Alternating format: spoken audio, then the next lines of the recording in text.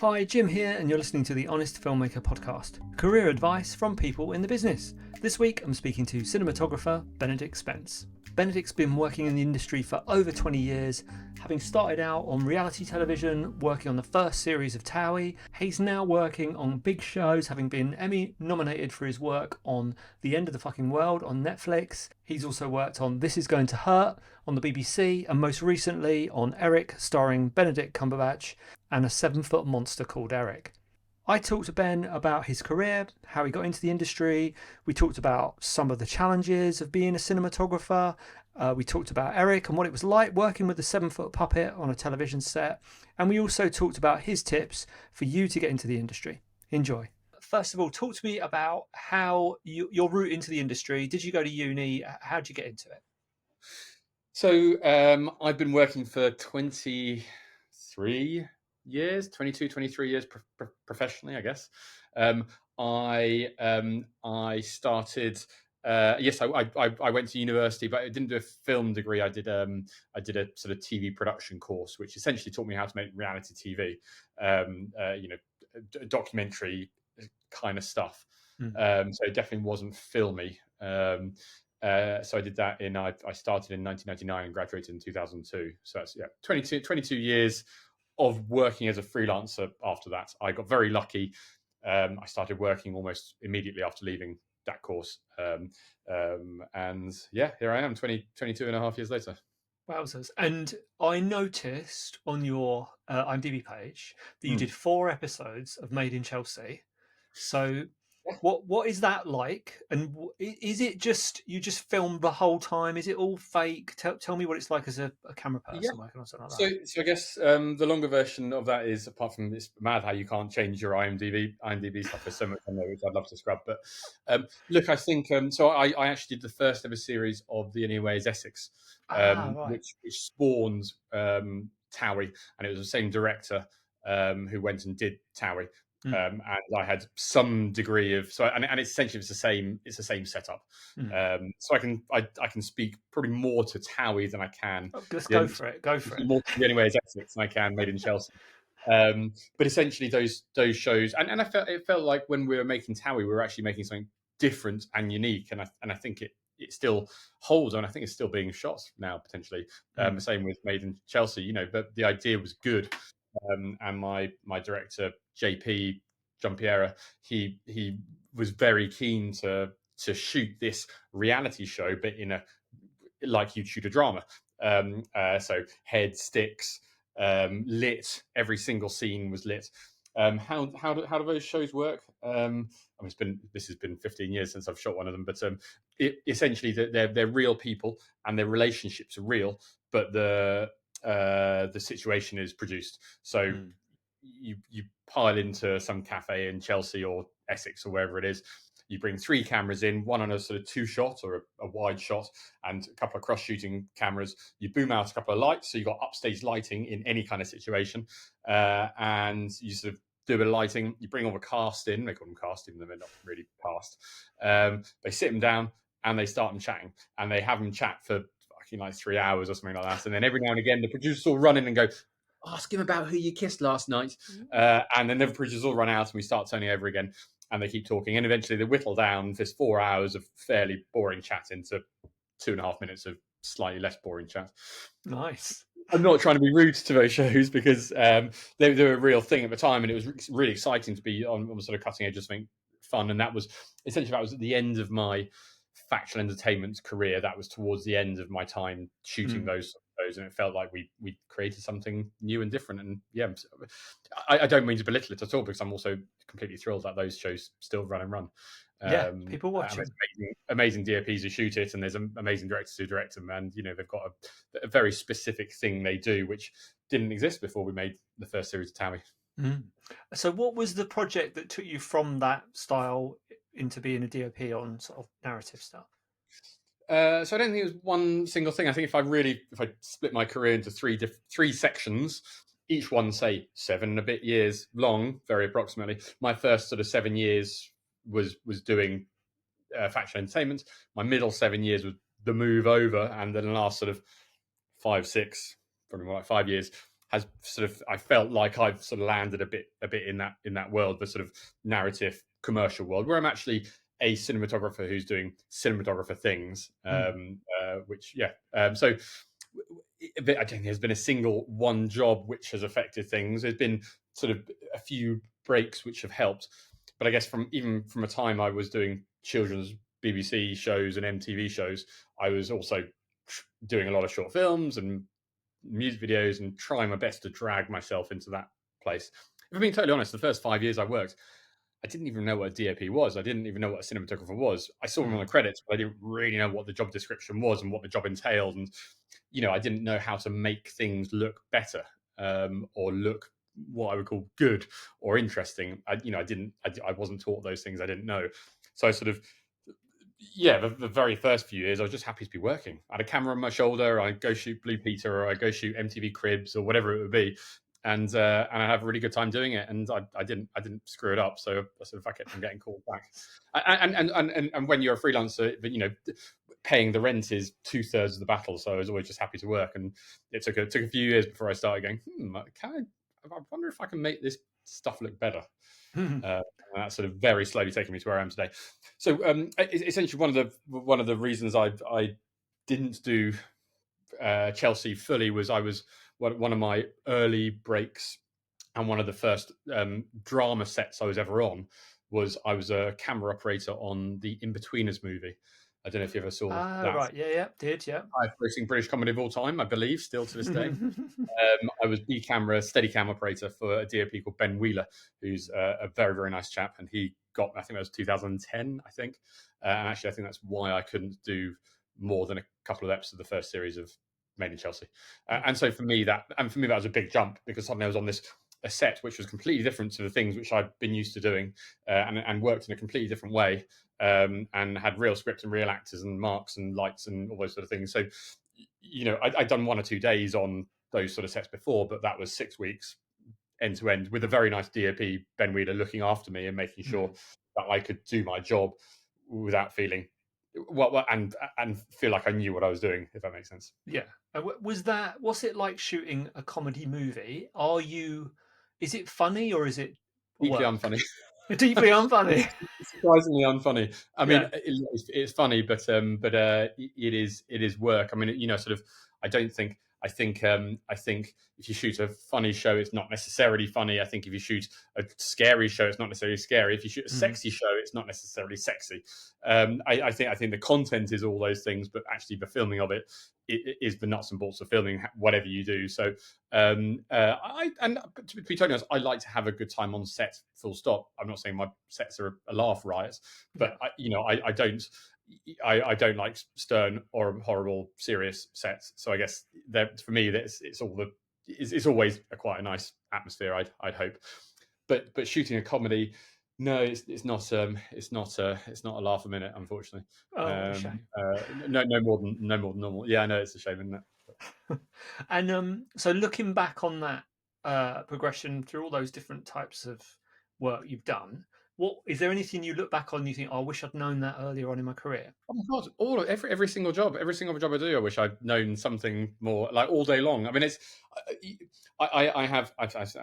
spoken about this before. If any of your listeners have seen any of that stuff, I have a which I'm not going to show you. Can I show you this? No, I can't show you. I have some notes here, All right. and I have one called my work lessons list, which is essentially a long list of all my fuck ups over the years. And because I actually found myself making the same mistakes again and again, and going, I wish I knew that before. I did know that before. Why didn't I do it properly? So I started to just write them down, and any learnings at all, it's mostly negative. It's mostly me having a go at myself for failing to do things correctly. But it's also some positives in there.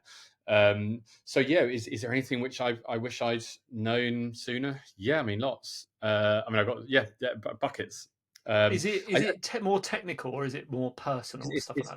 It's technical and personal, and that's the nature of what I do is technical, creative, and personal, and those are the sort of 3 elements to being a cinematographer.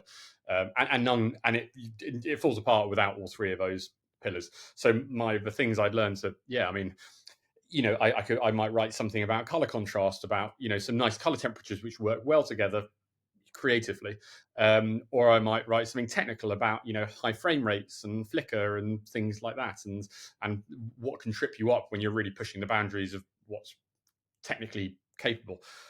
Or I might just write something about my biggest takeaway, and it's my biggest tip, my biggest bit of thing which I've wrote down 100 times, and there is never lose your cool. So and I've only done it once or twice on set, and I've instantly regretted it, and I've not done it for years. Thank fuck. But for me, that would be a personal thing. That's sort of, I think once you lose your cool on set, you've lost everything. You've lost the battle. You've lost every last little thing. You've lost every on set. So you just can't. You've got to be sort of unflappable as a DOP. But yeah, for example, that's the sort of thing which I would happily write down 100 times. Right. Well, you need to release that as a little book, don't you? Is that what you're saving up for? One day, I mean, it goes back to 2017. Yeah. That list. So that's sort of it's one day perhaps. There's a lot of bad stuff in there. There's a lot of me sort of having a go at various people. So I think maybe once I've retired, perhaps, or else I'll retire. Yeah, it's mostly about myself, but there's also a few little choice notes for people I didn't like. Love it. And have you got a style as a DOP? Or how would you describe your style? I mean, I wish I did. To be honest, I don't, and I hope that's my strength. Is that I don't necessarily have a set style. I think I have quite a broad range of styles, and I like that, and I like that because it keeps it fresh. I know there's some DOPs who sell themselves very well on a style and a specialism, and I think that's great for them, and I admire that. And but for me, I'm not sure I have a style. I'm a really great believer in shooting what's right for the script, and it's a fool's errand to try and shoot something which isn't on the page, to try and shoot something against the grain of what it is on the page. So for me, it's always about what's the script, and then take it from there. And is the script minimalist and simple, then you shoot in a minimalist and simple way. If is the script maximalist and have all this stuff in it, then you go, let's do it maximalist. Let's do all sorts of fun things. So I sort of I think that's what I do. But do I have a style? Oh God, I don't know. No, not really. I like texture. I don't like things being too shiny. I think a lot of my commercials work is quite shiny because that's what people expect. They expect high key, bright lighting, lots of backlights. Things to look glossy and shiny. Whereas I think for my drama work, I'd rather have a bit more texture, a bit darker, grainier, mixed color temperatures, a bit more shadow, a bit more shape. But I don't think that's necessarily unique to me. I'd love it if it was. I'd love if that was my style. But yes. And when you're obviously watching stuff yourself, is there anything you watch on TV? You don't have to name the project. Is there anything you see as a DOP that you go, I wish people wouldn't do that? Or is this like sort of a common mistake you see people make? Things which are overlit, I would call it overlit.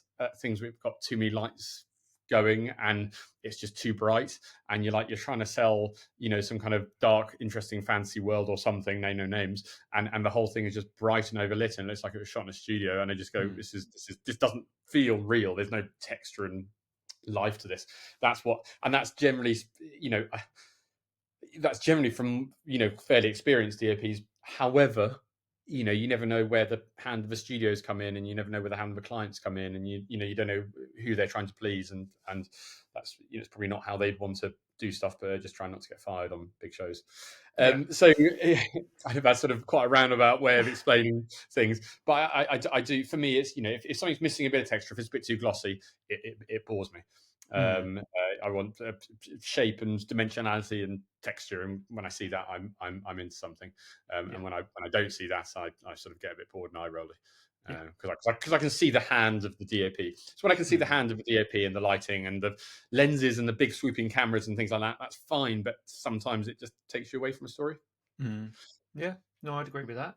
That doesn't make sense. I mean, yeah. The only other thing which I see, and I'm happy to talk about this because it pops in my head, the thing I see day to day, which makes me deeply upset, is recessed ceiling lighting. I don't know if you've ever put the big lights on and then there's 10 little recessed ceiling lights in someone's house. Every time I go in someone's house with that one, I go, guys, come on, please, it's awful. Please don't do that. That's an abomination of lighting. I know it's not on TV, but generally in Just life, general a lighting thing that winds you up. Yeah, every recessed. time I see recessed ceiling downlighters, it makes me really sad. Okay, that's good to know. So thinking of people who might be leaving uni now, because from my days at uni, Mm. everybody either wanted to be a DOP or a director. Didn't have a lot of sound people, but yeah, loads of people camera obsessed with camera equipment. Yeah. So I'm sure there's probably a lot more people leaving uni now than there were when we left uni. What do you think the best route into the industry is for those people? What is my advice to people who are leaving university now? I mean, immediately we're in a bit of a tricky time right now. Mm, So be a bit patient. We've got sort of a really nasty combo of various things, and the industry is depressed. Back to our union, said there's sort of 50% of people out of work as of a month ago. So that's half of the industry is not working, which is pretty crap, and it's a really hard world to step into when you're just graduating. So bear with. Um, I think my sort of biggest advice is number one, don't be in a rush. I've been doing this for, like I said, 22 years plus.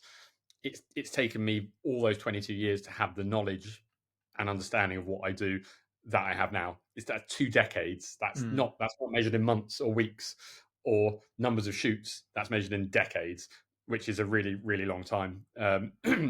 And I think the jobs I do now, 5 years ago, I wouldn't have been able to do. I wouldn't have the understanding. So, it just takes an incredibly long amount of time. Some people it goes faster. Some people go slower. I figure mine's a sort of fairly slow progression, but I'm very lucky that it has been a progression. mm. So take your time. Everyone's going to be keen. Everyone's going to want to get into it, and some people will. And that brings me to my second point, which is don't compare yourself to what other people's careers are doing. It's very easy, especially with things like social media, to look at other people's work and other people's careers. Come out of university a couple of years later, one of your, you know, ex-student buddies has got an agent and is shooting commercials and stuff, and that sort of that feeling of jealousy is really poisonous to one's own agency in your career. Everybody's career operates at a different speed, and yeah, for years I've had issues with it. For years I was sort of torn up by jealousy that other people were getting these jobs, which why don't I get the job? I've been doing this for years and years and years. I know how to do this job. I wish if only I could do this job, my work would be fantastic and everything would be fine. And where's my opportunity? Where's my lucky break? It just takes a long time, and you'll get there when you're ready. But yeah, not to compare oneself to others is really hard, but is absolutely vital. Yeah, Doubly so in this social media age. definitely. And I noticed on your IMDb, you've done a lot of short films. You're sort of in between, dotted throughout the stuff that you've done. Mhm. What keeps you going back to doing the shorts? I've actually not done many shorts in the past couple of years, but I mean, I sort of, but I've done dozens and dozens over the years. Some that have had some degree of success, some which haven't. One which was nominated for a BAFTA for best British short film a few years ago. I think it was 2019 or 2020. Mm, Um, so uh, they're sort of they're quite enjoyable, and there's a challenge. And even when you're sort of doing bigger jobs which have sort of enormous budgets, to go back down to something which has got absolutely fuck all money is quite nice and challenging. And those limitations can feed into a sort of a discipline or a look quite well. So but I sort of yeah, they're just quite fun. They're quite low stress as well. mm. After getting off a massive job, so it allows me to do what I like to do, but having to think a bit outside the box, not just with throwing money at it. And they're generally with nice people. I don't do them with not nice people. Good And like I said, policy. sometimes I go somewhere, sometimes they don't. But there's always something I get out of it. Mm, Um, Also, it's because I love doing what I do as well. I mean, I do it for free. Don't tell my clients this. I do it for free if I wasn't getting paid to do it. yeah. But luckily I do. But yeah, I mean, it's my dream job. It's the only thing I've ever been any good at, and the only thing I've ever done. So I've been good at and have been able to do for Mm, society. So that's why I do the short films. yeah. Okay. And talking of logistics of being a cinematographer, DOP, do Mm. you have an agent? do they get you work? Do you get your own work? How does it work? Yeah. So if I've been working for say 22 years, I've had an agent for the past 6. I think I have a UK agent, Vision Artists, who I've been with for 5 or 6 years, 6 years, something like that. And I have a US agent who I've been with for about 3 years, Innovative Artists. I agents are so I spent so 3/4 of my career without an agent, looking after my own diary, looking after my own billing. As such, I think I'm quite good at it because I've screwed it up enough times over 15 years to get better at it. When you get an agent, I think people are often obsessed with the idea of, I was of going to get an agent. Agent's going to sort everything out. The agent's going to do this for me. The agent's going to do that for me. It's not as simple as that. If only it were as simple as that. An agent's not there to necessarily get you the work. They're there to get you some work, but also there to look after you with your current clients. Really, your work gets you the work. And agents definitely sell you, and Vision have been amazing. They've definitely got me in lots and lots of places. They have absolutely got me work. But that's also combined with my abilities getting better as well. And they've got more work of mine to show off and get me jobs. So it's not necessarily, it's not the most important thing. I feel, Jim, there's sort of, as the years have progressed, for me there's not been many big breaks. I don't think there's been any huge breaks at all. But what you find is all these little things: getting an agent, getting a US agent, getting a US visa, getting a BSc membership like I've got, getting an Emmy nomination like I've got, all which actually on paper feel like big old things, but they kind of just little tiny building blocks, and they slowly build up and build up and build up and build up. And I'm not trying to belittle all these things, but I'm just that none of them. You don't wake up one morning and the phone starts ringing Steven Spielberg. It's sort of all these sort of things again sort of gradually build up, and again it's because one's career is measured in decades. So these sort of things are little building blocks, and so my agents, who I love to pieces, were just another building block of that, and then that becomes a relationship as well, which, like I said, absolutely love my agents at Vision. If there's a problem, I phone them up. I was on the phone to them this morning about a tricky political thing I had to do with a job. They looked after it, and and that means I don't have to worry about it, and that's fantastic. So there's lots of things. They definitely do sell people, and they definitely do get people jobs, but you've also got to kind of sell yourself, and you've also got to kind of get your own jobs as well, and your work is what breeds the jobs. Yeah. My US agents, they're a different kettle of fish. They're mostly about drama, and those guys work hard. I'm not saying my UK agents don't work hard, but the US agents are on the phone, banging away on the phone to producers, going, meet with Ben, do this, do that, and they're real sort of hustlers. And I really like them as well. They're sort of in America, they're a sort of mid-size agency, which I think is, compared to the UK, if they were in the UK, they'd be the biggest agency in the whole of the UK. So the market over in America is vastly different. A sort of very much mid-sized agency in America dwarfs anything we have over here in the UK, which is always shocks me when I see that. But the important thing for me about agents is it's a relationship, and you'd hope it would last all your career, or vast chunks of your career. And it's important to have people who you like representing you. Yeah. So talking of leading on to work and onto Eric, I've got to talk to you about Eric. So how did that job come up? So Eric, which came out in the start of this year, or in May or something like that, on Netflix. That was a good friend of mine, Lucy Forbes, who's a director. She called me up for that. She sort of been asked to direct this series, and I'd been talking to her about it, and it sounded really exciting. And she said, "Do you want to come along and shoot it?" And I was like, "Yeah, of course." I mean, it is that simple, really. Yeah. I sort of, again, relationships. I've known Lucy for, we've been working together for 15 years, something like that. We used to do factual entertainment together a long time ago. We used to shoot a show called Orange Playlist, which was Jane Middlemiss asking people what their playlist of their life was. So sort of it's quite a sort of that relationship is very long lasting. We both come from that same world. In the past 5 or 6 years, Lucy's had a good degree of success in drama, and I'm very lucky that she's taken me with her, and I've tried to support her as well. So Eric was sort of the 4th drama we did together, I think, or the 5th drama we've done together. And so, of course, when she said, "Do you want to go shoot this crazy TV show set in New York?" I was like, "Yeah, great, let's do it." Let's do it. And do you, because obviously, well, I don't know if this is obvious or not, I'm assuming each thing you do has got a bigger budget, or as you've gone up, has it?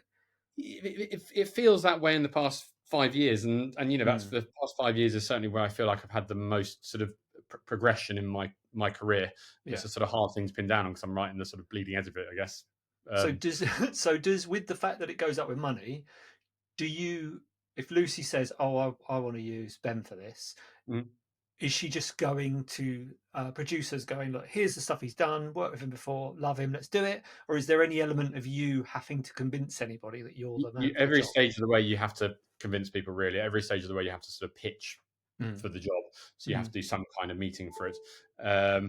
Eric was very slightly different for various reasons. But yeah, essentially every job I've done with Lucy, I've had to pitch to the writers, the execs, production company, etc. And that is part of the process, and that's sort of a thing which I'm quite new to be honest. In that I've had a camera on my shoulder for more than 20 years, probably 25, 30 years or something stupid like that. Whereas I've not been doing these pitches for very long. I've only done them a handful of times, maybe a dozen jobs I've pitched for in the past, sort of probably not even, say, 10 jobs in the past 6 years. So, it's something which happens irregularly, and it's something which I find is quite stressful as well, because you've got an hour to talk to the director and the execs, and you've got to get over what you feel about their projects, and you've got to do it in a way which makes sense and doesn't make you look like an asshole or an idiot. Yeah. Have you got any tips for that pitching? Anything you think would help someone else in that situation? I would say, I mean, it's easy for me to say this. I think if you don't believe in the project, don't do the pitch.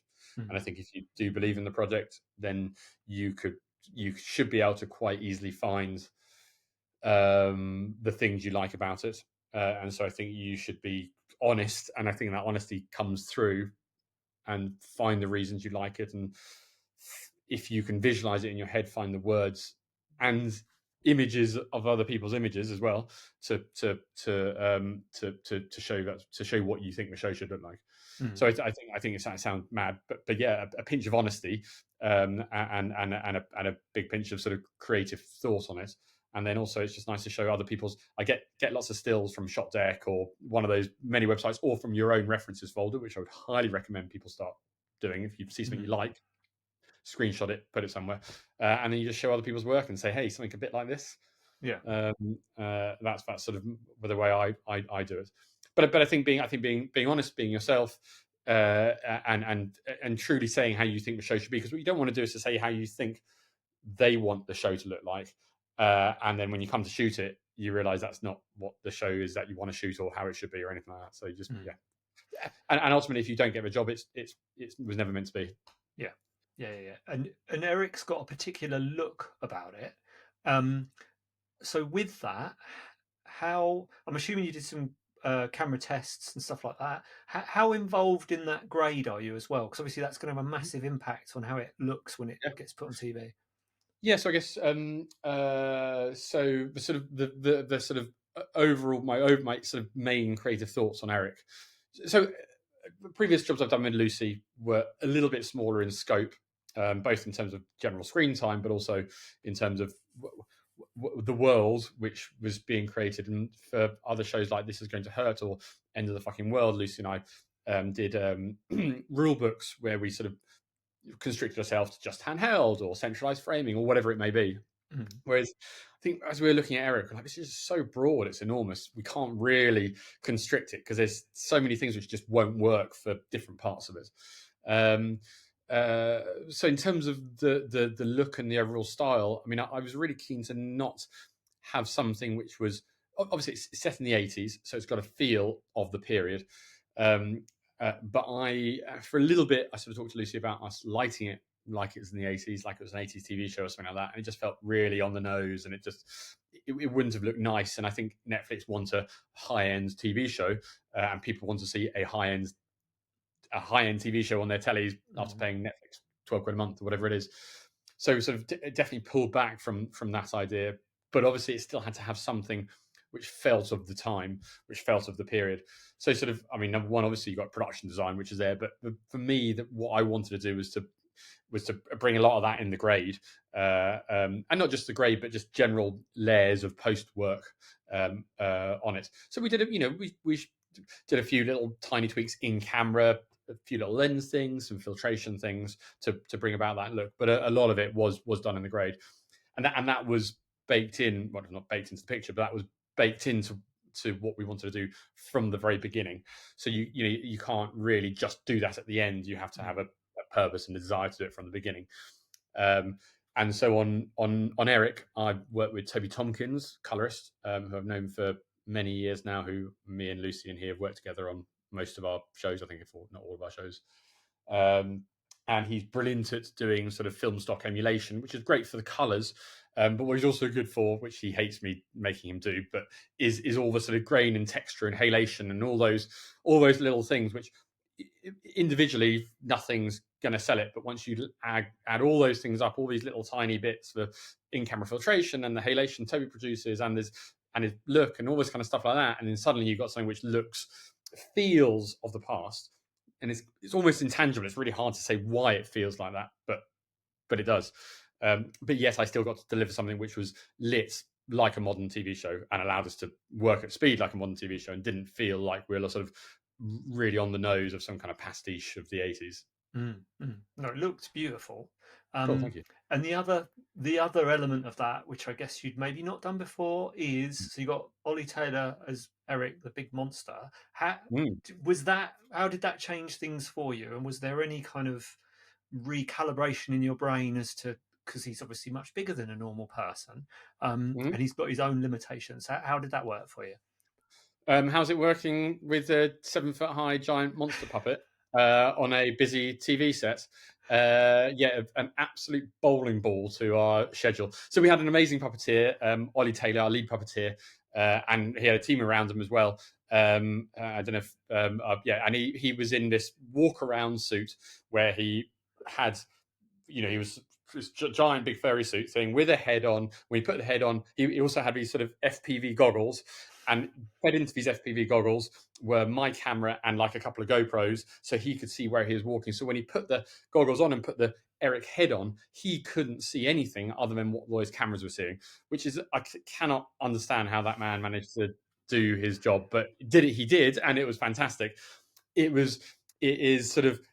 gave me a real understanding of what, I mean, I saw it, I was there, what puppeteers have to go through physically and mentally. It's incredibly demanding and perform all at the same time.